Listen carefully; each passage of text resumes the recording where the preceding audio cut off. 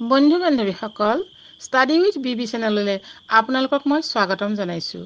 মই ক'বলৈ ওলাইছোঁ 2024 চনত ভাদ মাহৰ কোন তাৰিখে কোন সময়ত আমি জন্মাষ্টমী উৎসৱ পালন কৰিব পাৰিম।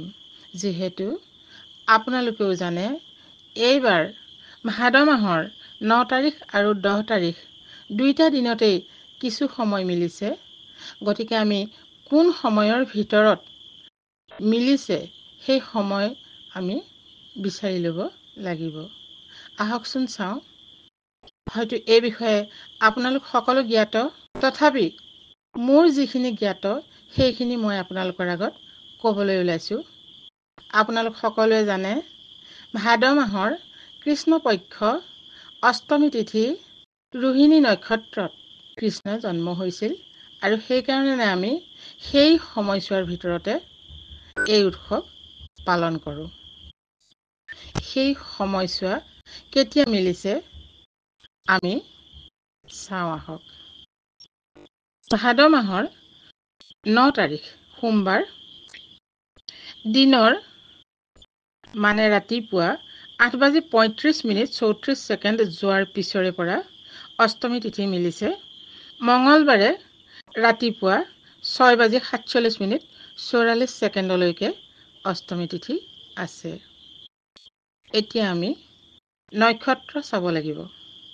নক্ষত্ৰ মিলিছে ভাদ মাহৰ 9 তাৰিখ সোমবাৰে ৰাতি 9:22:38 যোৱাৰ পিছৰে পৰা মঙলবাৰে ৰাতি 8:32:09 যোৱালৈকে ৰোহিণী নক্ষত্ৰ মিলিছে।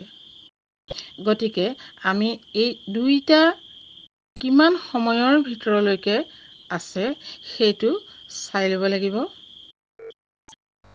সোমবাৰে ৰাতি 9:22:38 যোৱাৰ পিছৰ পৰা আমি জন্মাষ্টমী উৎসৱ পালন কৰাৰ সময় বিচাৰি পাইছোঁ। যিহেতু এই সময়ছোৱাৰ ভিতৰত তিথি নক্ষত্ৰ মিলিছে আৰু এই সময়ছোৱা মঙলবাৰে ৰাতিপুৱা 6:47:44 আছে। যিহেতু ইয়াৰ পিছত যদিও নক্ষত্ৰ মিলিছে, ৰোহিণী নক্ষত্ৰ মঙলবাৰে ৰাতিলৈকে আছে, তথাপি আমি মঙলবাৰে ৰাতিপুৱা 6:47:44 যোৱাৰ পিছত আমি জন্মাষ্টমী উৎসৱ পালন কৰিলে জন্মা অষ্টমী নহয়, জন্মা নৱমী হ'ব। গতিকে আমি পালন কৰিম সোমবাৰে অৰ্থাৎ ভাদ মাহৰ 9 তাৰিখে ৰাতি 9:22:38 যোৱাৰ পিছৰ পৰা।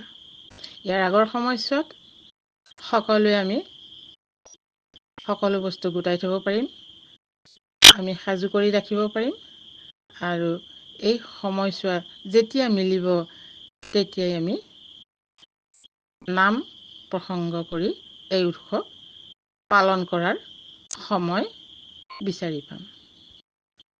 গতিকে আপোনালোকে নিশ্চয় বুজি পাইছে। ভিডিঅ'টি কেনে পালে জনাব। নেক্সট ভিডিঅ'ত লগ পাম। Thank U.